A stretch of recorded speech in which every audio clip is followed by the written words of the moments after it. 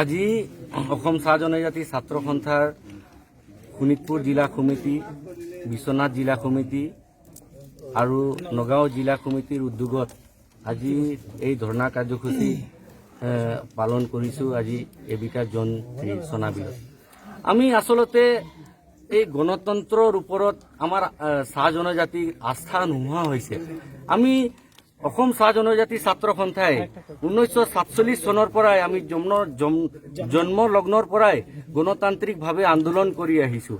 কিন্তু আমি অসম চৰকাৰ বা ভাৰত চৰকাৰৰ পৰা আজিলৈকে এই জনগোষ্ঠীটোৰ প্ৰতি মৰম বা চেনেহ আমি দেখি পোৱা নাই। আমি আমাৰ এই ব্যৱস্থাটোৰ প্ৰতি, গণতন্ত্ৰটোৰ প্ৰতি আমাৰ মন উঠি যোৱাই যেনেকা হৈছে আমাৰ বৃহৎ চাহ জনজাতিৰ। আজি অসমৰ বিভিন্ন জনগোষ্ঠী আমাতকে 20 গুণা, 30 গুণা, 40 গুণা কম জনসংখ্যাৰ জনগোষ্ঠীসকলৰ লগত আজি অসম চৰকাৰ বা ভাৰত চৰকাৰ যি ধৰণে আজি তেখেতসকলৰ লগত আলাপ আলোচনা কৰি আছে জনগোষ্ঠীখনক আগবঢ়াই লৈ যাবলৈ, আমি আমাৰ জনগোষ্ঠীটোৰ প্ৰতি কোনো ধৰণৰ তেনেকুৱা আজিলৈকে দেখি নাপালোঁ। আজি আপোনালোকে চাব পাৰে যিসকল উগ্ৰপন্থী NDFB কওক, BLT কওক, আমাৰ চাহ জনজাতিৰ তেজ বহাই দিলে সেইসকলক আচলতে কৰায়ত্ব কৰিব লাগিছিল নে ৰঙা ৰেড কাৰ্পেট পাতি দিব লাগে ইহঁতৰ কাৰণে বা বিটিয়াৰ দিব লাগে? ইহঁতে কি ভাল কাম কৰিলে? আজি নৰসংহাৰ কৰিবৰ কাৰণে অধিকাৰ ক'ত পালে তেখেতসকলে? আমি ক'ব বিচাৰিছো ভাৰত চৰকাৰক বা অসম চৰকাৰক, আপোনালোকে অনতি পলমে ইহঁতক জেলৰ হাজতত ভৰাব ব্যৱস্থা কৰক, অন্যথা ইয়াৰ পৰিণাম ভয়ংকৰ হ'ব। আমি কি AK-47 লৈ আন্দোলন কৰিব লাগে চাহ জনজাতি? আপোনালোকে কৈ দিয়ক, স্পষ্ট কৰক, আমি কি AK-47 লৈ আন্দোলন কৰিব লাগে নে আমি গণতন্ত্ৰত বিশ্বাস কৰিব লাগে? আমি কলম ধৰিব লাগে নে AK-47 ধৰিব লাগে? আপোনালোকে স্পষ্ট কৰি দিয়ক। আমাৰ গণতন্ত্ৰৰ পৰা আমাৰ বিশ্বাস আঁতৰি গৈ আছে। আমাক অসমৰ দ্বিতীয় বৃহৎ জনসংখ্যা বুলি কয়। আজি অসমৰ দ্বিতীয় বৃহৎ জনসংখ্যাৰ আজি অৱস্থা কি আছে? আজি আমাৰ স্কুল নাই, আমাৰ কলেজ নাই, আজি আমাৰ শৈক্ষিক পৰিৱেশ একেবাৰে চিৰনীল। এই জনগোষ্ঠীটো আজি বাঘ বা গড়ক আজি চৰকাৰে কিয় ৰক্ষণাবেক্ষণ দি আছে? যাতে পৃথিৱীৰ বুকুৰ পৰা ই শেষ হৈ নাযাওক। সেইকাৰণে আজি এই জনগোষ্ঠীটো শেষ হৈ যাব লাগে নেকি?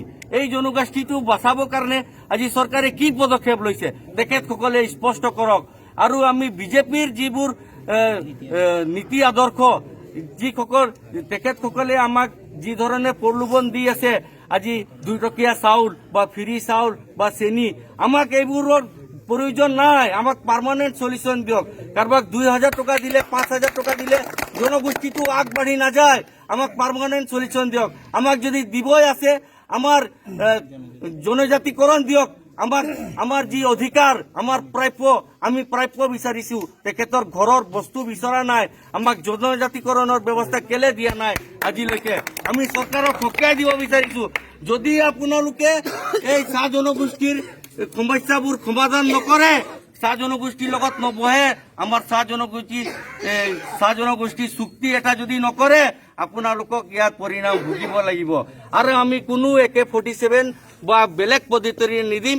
আমি গণতান্ত্ৰিকভাৱে দিম আৰু এইটো আমি ভোটত শিক্ষা দিম।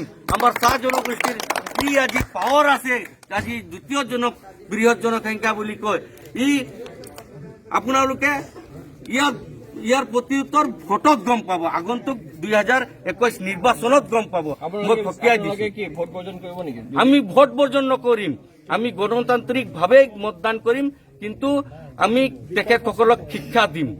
আজি অসমৰ জনসাধাৰণে যি কা বিৰোধী আন্দোলন কৰিলে, অসমৰ কোনো জনসাধাৰণ, কোনো ব্যক্তিয়ে নকয় এই বিলখন আনিব লাগে, কিন্তু তেখেতসকলে জোৰ জবস্তি বিলখন আনি সোমালে। আমি সকীয়াই দিব বিচাৰিছো।